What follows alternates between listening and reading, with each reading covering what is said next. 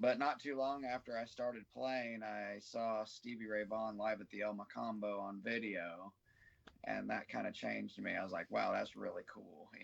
That was kind of like my first spark that kind of made me want to kind of get serious about it. That's awesome. But, I played, at home for several years and kind of messed around with some friends and bands and stuff like that. Then when I was about 16, I got my first gig at a bar, and my parents were supportive enough to allow me to like get my own gigs when I was like 16.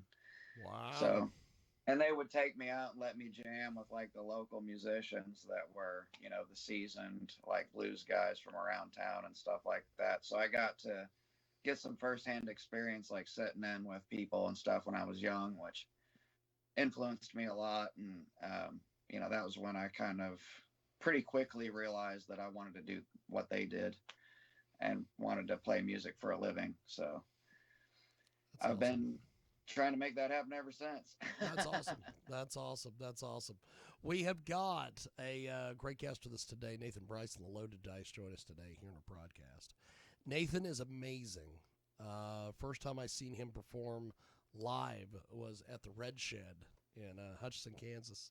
And he is just phenomenal. Talk to me a little bit about your stage show, because that is one thing that a lot of musicians, they're starting to, over the last, 5-10 years, started to put more into a stage show. But you have quite the stage show. Talk to me a little bit about your whole process behind creating your stage show, my friend. Okay. Like I mentioned earlier, I was pretty fortunate from a young age. My parents would take me out to see like bands play and stuff like that. And in the mid 90s, we had a place in Springfield called Nathan P. Murphy's, and they would have all these people come through. Like I saw Chris Duarte, Tommy Castro, Tab Benoit. Wow. Like really good, very entertaining blues guys when I was really young. But, just from like all the guys that influenced me were kind of, their stage show was not just them standing up there playing music, they're entertaining, playing. And I've always thought that a big part of the show is obviously entertaining and playing at the same time. But, part of my stage persona, like with my clothes and stuff like that, kind of just grew over time. I've had a couple different looks, that I've gone through over the years. But it kind of started recently with what I'm doing now about like 8 years ago, because we started doing a Stevie Ray Vaughan tribute. And I started dressing up for that. I was kind of playing around with some different clothes and stuff, and I just kind of kept getting into it and trying different things until I came up with what I'm doing now. Yeah. Pretty much. But it's just when you dress the part, you just, people know immediately when I walk in the room that I'm in the band, So, that is awesome. That is awesome. It adds to it for sure. It definitely does. It definitely does. We have got a great guest with us today. He joins us live here on our Sunday radio broadcast here on iHeartRadio and also AMFM247.com. You can get our podcast over there at TalkShoe and the Odyssey app and all sorts of different places. And Nathan Brice, the Loaded Dice, with us today. He joins us here on our big program. So one of the things that I always try to do with the musicians when we have them on the Sunday show, let's talk about where we can buy your stuff. Where can we buy your stuff and consume your stuff and let's drive some traffic to you, my friend. Yeah, absolutely. The easiest way to get my stuff is on our website. It's nathanbriceband.com. Fantastic. I've got a thing linked to there, but I've got the store page on there that has all of our CDs and vinyl. I've got our last studio albums available on vinyl, and then all of our albums are available on CD. And then I've got, T-shirts and stuff like that also on the store page on the website. So that's nathanbriceband.com. Fantastic. But you can also get the digital downloads there, and then like all of our music is available digitally on all the streaming platforms and download platforms like iTunes and Amazon Music and all those. That's pretty awesome.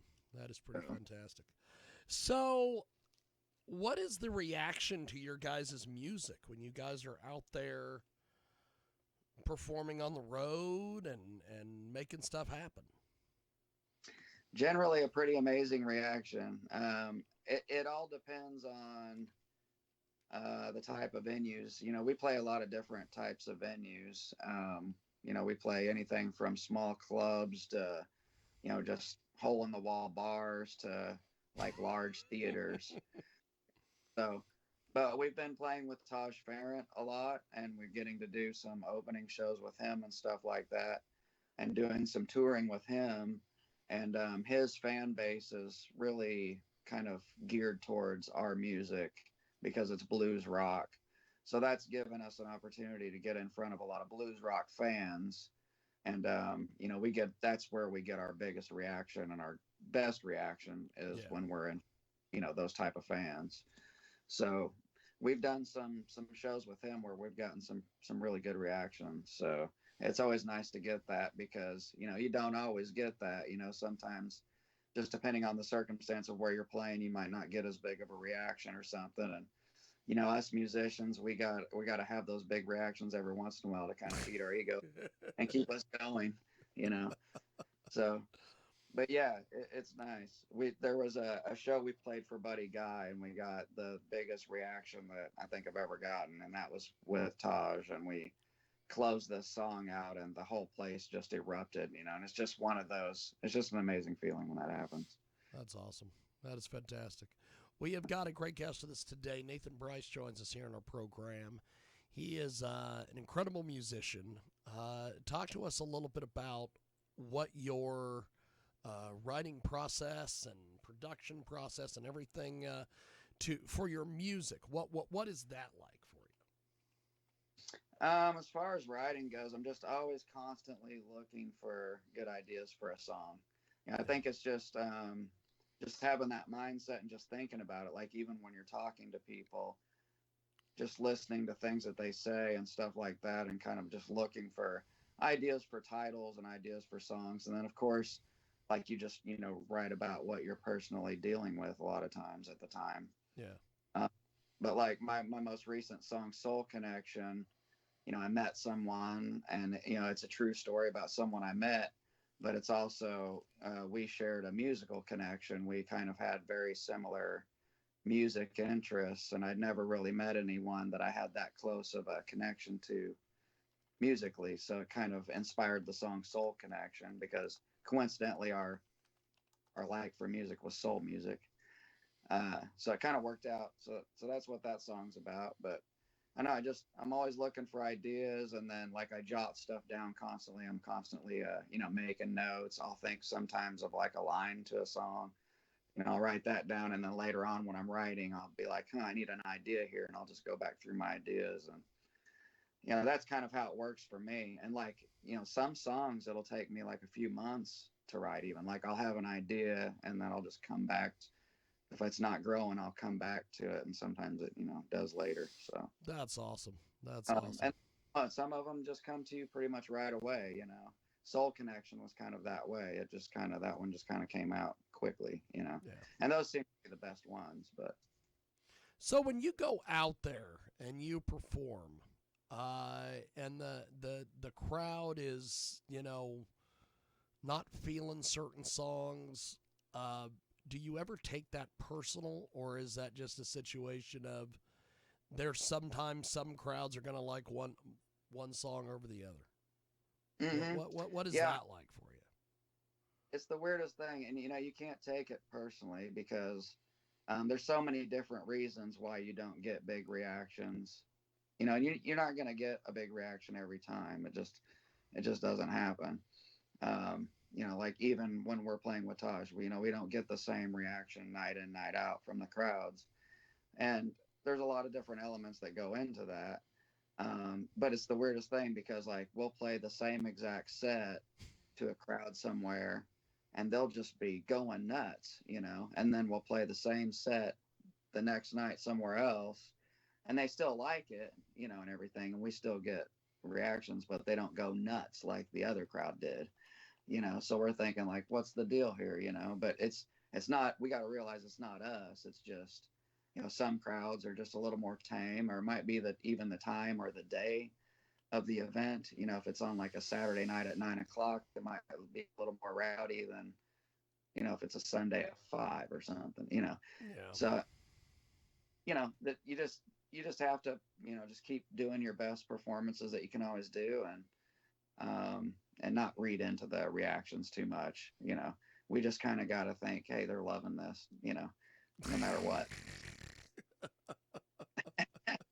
And most of the time they are, I think sometimes like we read into that too much, because, I won't get like, I'll be thinking, oh, this crowd is kind of, not that into it. And then I'll go out on break and people will just come up to me left and right. Man, you guys are awesome. It's like, okay.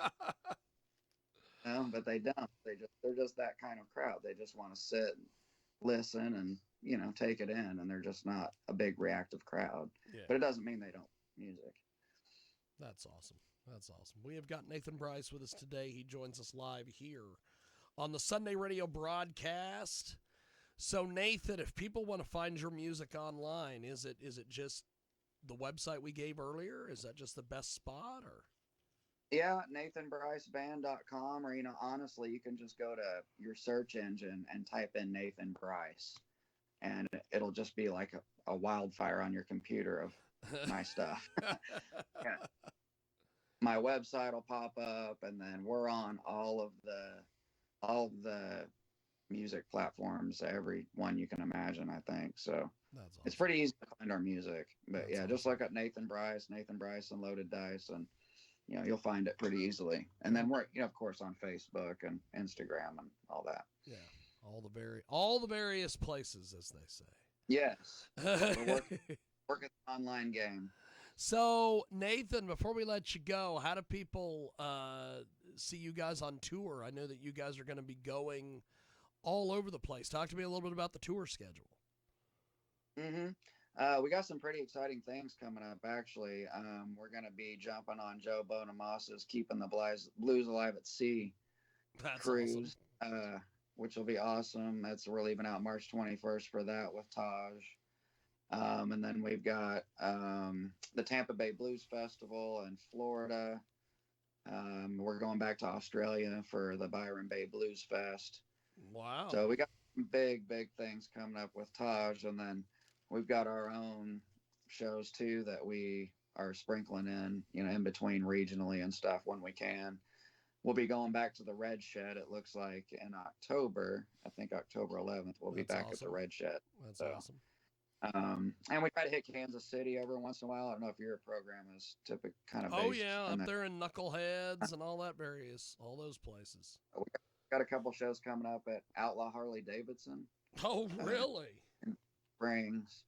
So we'll be there Memorial Day weekend from 1 to 4 on Saturday, the 24th, in Blue Springs at Outlaw Harley Davidson. Wow. We'll be out there in the area, but our full show schedule, all the shows that we do on our own and the ones we do with Taj, are on our website, NathanBriceBand.com. Fantastic. Well, I really appreciate you making time for us today. Thanks for coming on and chatting. And we are actually going to play Soul Connection. Nice. So before we go to that, tell me a little bit more about this track.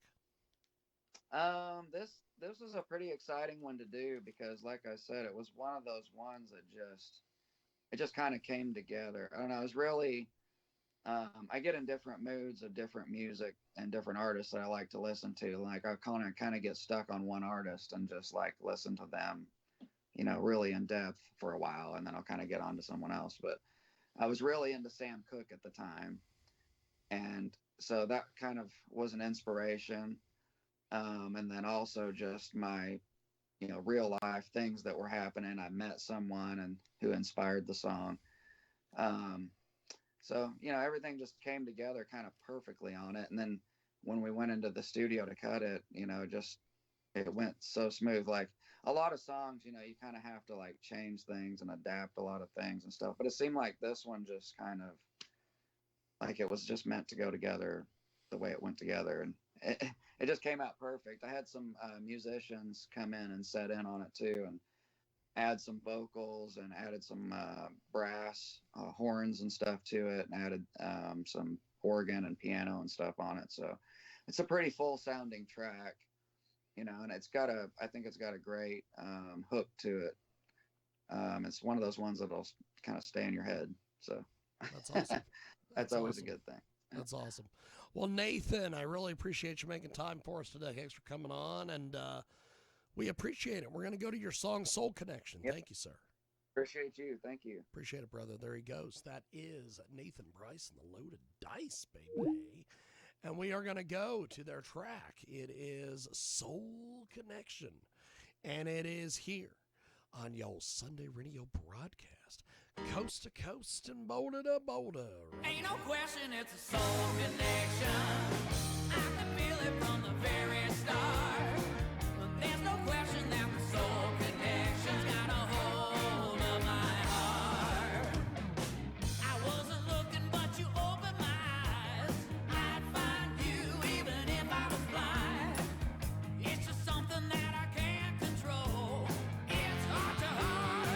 It's soul to soul. Ain't no question it's a soul connection. I can feel it from the very start.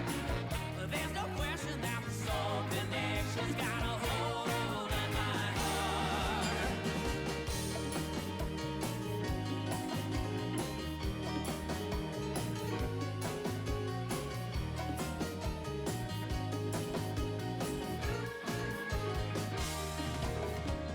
Otis and the faces, places and friends, sparks to flames that will never end. You've had soul for so long. It's time to write you a soul song. Ain't no question it's a soul connection. I can feel it from the very start. But there's no question that the soul connection's got a hold of my heart. I found you in the nick of time. You were there, you held me tight. You wrapped me up just like a dream, just like an angel in your wings.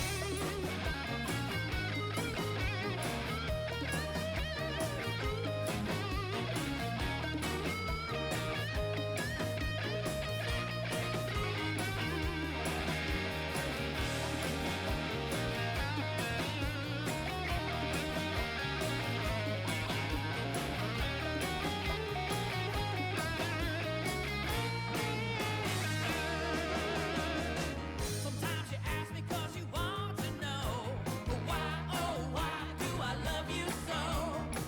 It's easy as 1, 2, 3. Well, you're the only soul for me. Ain't no question it's a soul connection. I could feel it from the very start. There's no question that the soul connection's got a hold of my heart. Ain't no question it's a soul connection. I can feel it from the very start. There's no question that the soul connection got a hold of my heart. It's that soul connection. Hey, you know it's got a hold of me. It's really got a hold on me.